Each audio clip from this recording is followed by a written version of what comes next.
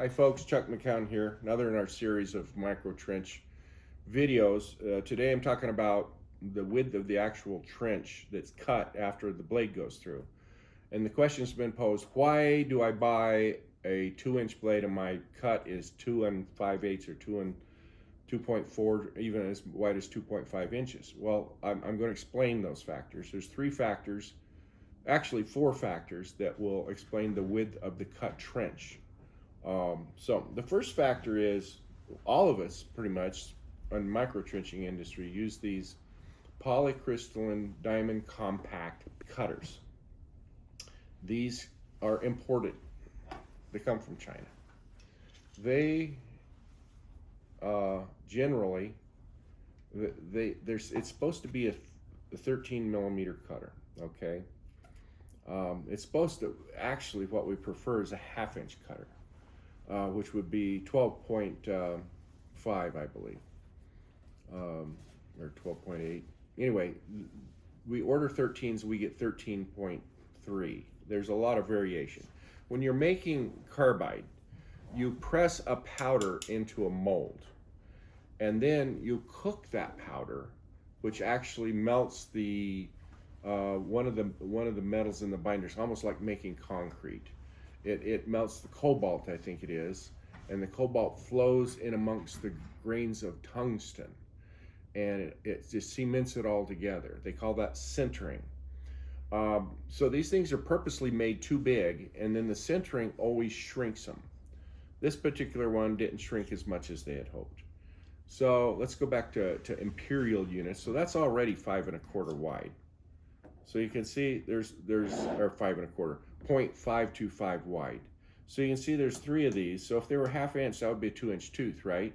But they're all at 25 thousandths too big, and so you got almost 100 thousandths. So if you measure all of those on the tooth, you just before you even start cutting, you've got 2.1 roughly. 2.1 is what the actual cutting edges measure before you even put it in the ground. So that's your first factor. All right, so one element of the cut width is defined by the blade runout. And I'm using the biggest blade we currently build because that has the most runout. The smaller blades will have a lot less than you'll see here. Runout comes from the fact that these enormous sheets of steel aren't flat. And we use Hardox. It's a brand name. It's the best of the AR hard, super hard AR plates, but even it's got a little bit of a non-flatness to it, and I'm going to demonstrate that with this little pointer that I've rigged up here. That should rub up against the blade at one point of its revolution. And I have on our website, I say, listen, the runout can be as much as 3/8 of an inch. So this will exaggerate the runout. So at the opposite side of the blade, we should see the, well, no, it wasn't even the opposite side of the blade. So it's kind of got a unique 3-dimensional shape to it. But you can see that's the maximum runout you're seeing there, which is probably about 200 thousandths. We say it can be 375 on a blade of this size. But if the blade is kind of scanning back and forth across the cut, it's obviously going to make the cut. Oh, that looks a little wider right there. It's going to make the cut wider. All blades have runout. All blades will go back and forth. This one's still less than 1/4 of an inch, I think. So, but most of you use a blade like this that is it's a lot smaller. I can't spin this, can I? Anyway, you'll always see runout, and it actually has less runout after we put all the teeth and the hard facing on it. That process tends to normalize the steel a little bit. It tends to just kind of strengthen it. But that's the number one factor that causes the width of the cut to be a little bit wider than what you're ordering. All right, so here's a second consideration that determines the width, the finished cut width. So this is Street, Anytown, USA. The nuts here are representing the asphalt. Asphalt, or as it's more technically called, bituminous concrete, is a concrete that's stuck together with tar rather than cement powder. And as a concrete, it has aggregate in it. Asphalt has aggregate, little chunks of rocks. Okay? And so this is a look, your blade is, when it's cutting, it's coming up through the asphalt. That's called conventional milling if you're a machinist. It's not what we call climb cutting. Climb cutting produces a much finer finish of the cut if you're cutting metal, say with a milling machine. We're going to conventionally cut this asphalt from below, which is not a smooth surface below, okay? It's rough, it's not necessarily flat. And so I'm going to attempt to simulate the cut of the blade coming up through the asphalt. I have everything out, all my spacers out. Oh, there's one right here still. So what I'm attempting to demo is that here, there we go, on the edges, you see the chunks of aggregate are being just ripped out of the street. And so when these little chunks that got ripped out are sucked out by your vacuum X, should have got me some chopsticks or something. I think you can see what I'm getting at here though. These little chunks of aggregate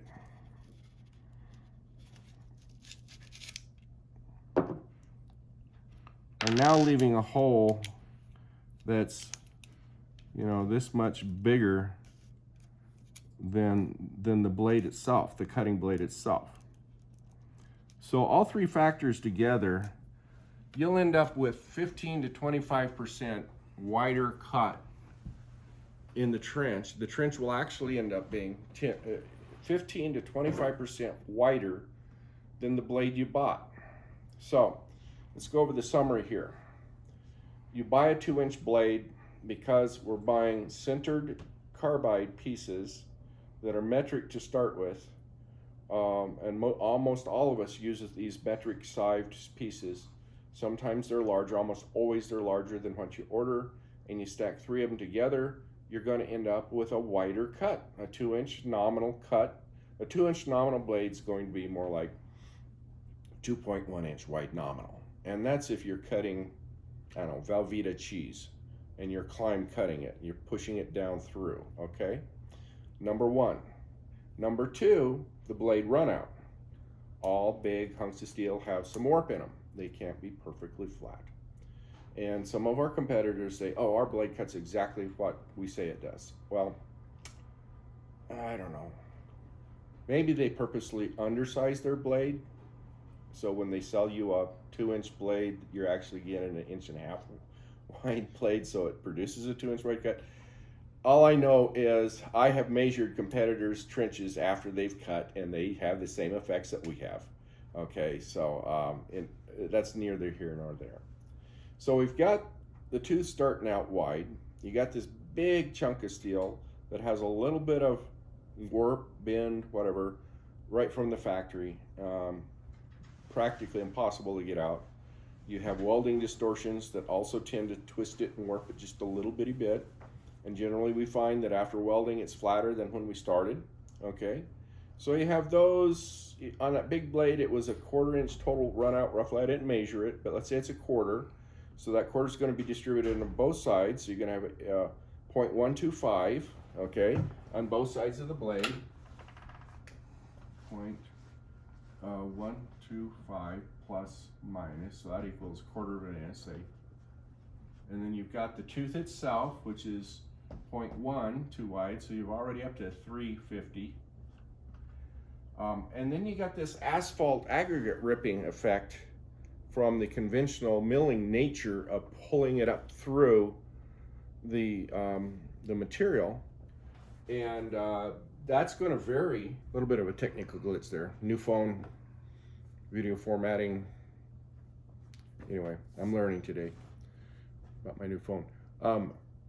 So just to summarize, if you need an exact width, let us know. We can customize things. We can grind down the sides of the diamond inserts, the PDCs. I always get that confused, PDC, PCD. It's polycrystalline diamond, but it's PDC. So we can make you what you need, but just keep in mind, most people are perfectly fine with our 1-inch blade cutting close to 1.25 inches. Our 1.5-inch blade cuts pretty close to 1 3/4 inches. Our 2-inch blade cuts 2 3/8 to, or a little bit more. And it actually is beneficial in some cases. People want to put some 1.25 inch HDPE conduit in a ditch, and that stuff is 1.66 inches in diameter. But since our 1.5-inch, nominal size blade actually cuts about 1.75, it's a pretty good fit. So let us know what you want, but don't be surprised if it's a wider cut than, we bought a 1-inch blade and it's cut 1.25 inches. Don't be surprised at that. And it's not just my blades that cut wide. Everybody's blades cut wider than the measured blade, just because of the asphalt ripping, and as you're coming up through the asphalt, those spoils are accumulating in the gullet of the tooth, and the spoils that are there tend to also have a force of ejecting some of the asphalt above them. So all these factors you can't get away from in the industry. They're there on everybody's blade. Buyer beware. I put this on our website. I try to be very, very clear about this effect on the website. It's almost never an issue, but we did have one customer surprised that their 2-inch blade cuts wider than 2 inches today, and it was suggested, hey, maybe I ought to make a video about this, and so I did. There you go. Thank you for watching.